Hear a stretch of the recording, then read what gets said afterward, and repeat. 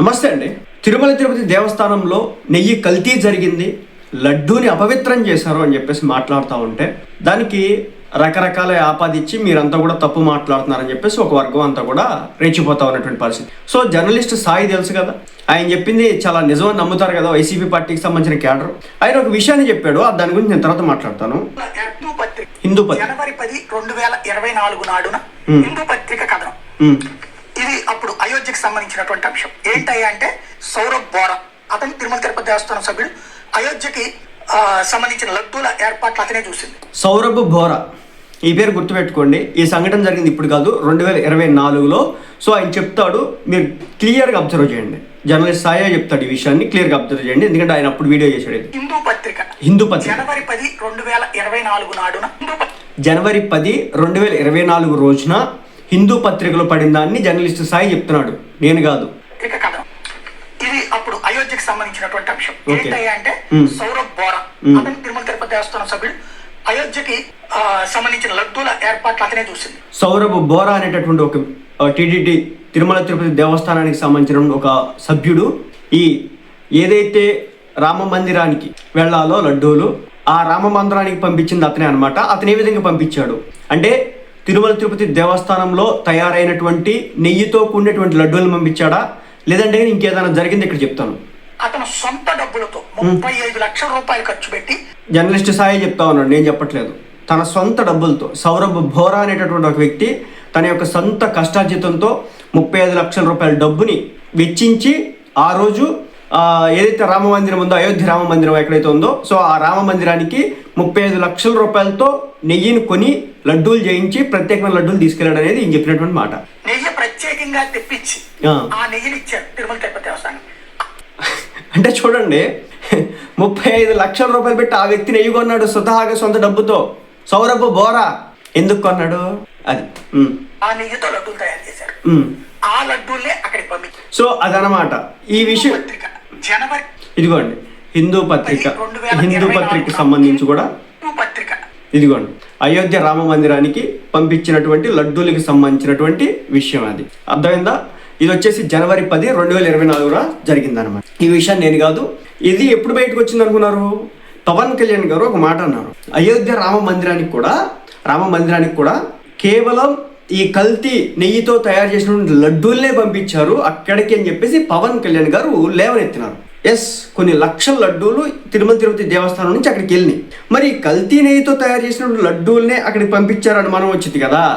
So అప్పుడు పవన్ కళ్యాణ్ గారు ఈ అంశాన్ని లేవనెత్తితే జనవరి 10, 2024 నాడు హిందూ పత్రిక ఇది అప్పుడు అయోధ్యకు సంబంధించి జర్నలిస్ట్ సాయి మాట్లాడినటువంటి అద్భుతమైన పలుకులు ఇవన్నమాట. టీటీడీ లడ్డూలు కల్తీ తయారు చేస్తున్నారనే సౌరభ్ బోరాకి అవగాహన ఉందా?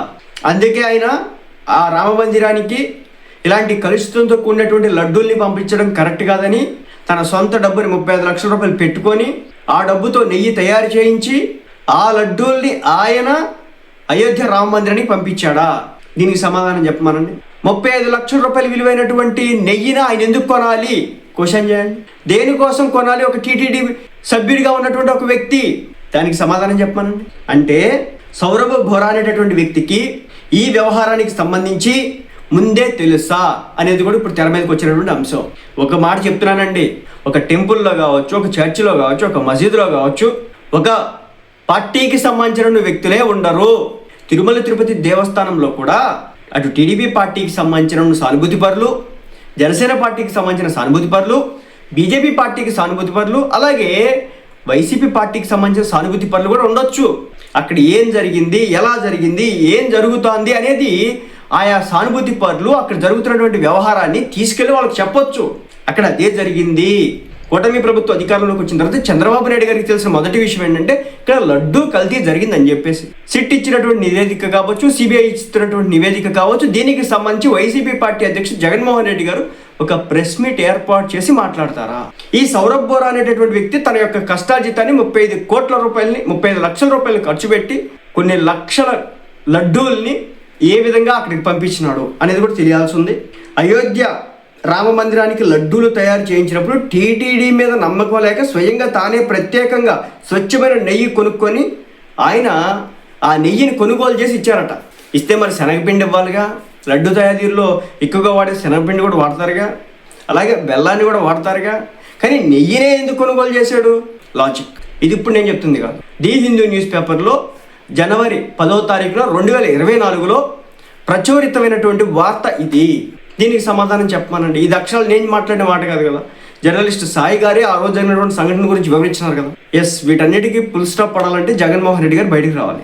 అది తప్ప ఒప్ప, ఏం జరిగింది, ఏం జరుగుతుంది అనేది ఆయన కనుక ఒక క్లియర్గా చెప్పగలిగితే కనుక దీని మీద ఏదో ఒకటి తీసుకోవడానికి అయితే అవకాశం అయితే ఉంటుంది.